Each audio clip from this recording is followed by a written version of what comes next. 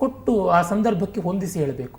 ನನ್ನ ಶತಾವಧಾನದಲ್ಲಿ ಕೇಳಿದ್ರು, ಸಂಸ್ಕೃತದಲ್ಲಿ ಪದ್ಯ ಹೇಳಬೇಕು, ರಾಮ ಶೂರ್ಪಣಕಿಯನ್ನ ಮಾತಾಡಿಸುವುದು, ಹಲೋ ಹಾಯ್ ಹನಿ ಸ್ವೀಟ್, ಇಂಗ್ಲಿಷ್ ಪದಗಳು ಬಂದು.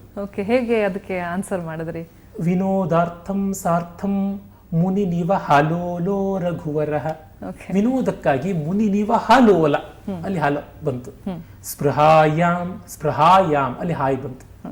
ಸ್ಪೃಹೆಯಿಂದ ಪ್ರೀತಿಯಿಂದ ರಾಗಾಂಧಾಂ ವಿಕಟವನಿತಾಂ ದಂಡಕವನೆ, ಪ್ರೀತಿಯ ಉನ್ಮಾದದಿಂದ ಕಾಮುಕಿಯಾಗಿ ಬಂದ ಅವಳನ್ನು ನೋಡಿ ಅವನೇನ್ ಮಾಡ್ತಾನೆ, ಮಹಾ ತೇಜಸ್ವೀಟ್ ಪ್ರತ್ಯಯ ಸಮುಚಿತ.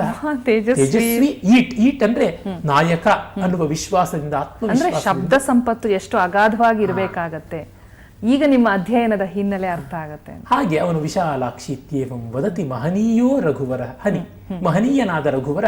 ಅಮ್ಮ ವಿಶಾಲಾಕ್ಷಿ, ಮಹನೀಯ ನಾವು ಥಿಂಕ್ ಕೂಡ ಮಾಡೋದಿಲ್ಲ, ಅಲ್ಲಿ ಹನಿ ಬಂತು ಅಂತ.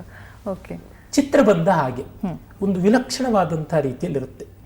ಅದು ಶಾಬ್ದಿಕವಾಗಿ ಅಂದ್ರೆ ಕಿವಿಗೆ ಕೇಳುವಂತಹದ್ದಿರಬಹುದು, ದೃಶ್ಯಕ್ಕೆ ಕಾಣುವಂತಹದ್ದಿರಬಹುದು. ಒಂದು ಪದ್ಯದಲ್ಲಿ ರಾಮಾಯಣ ಮಹಾಭಾರತ ಎರಡೂ ಅರ್ಥ ಬರುವಂತೆ ಪದ್ಯ ಹೇಳಿ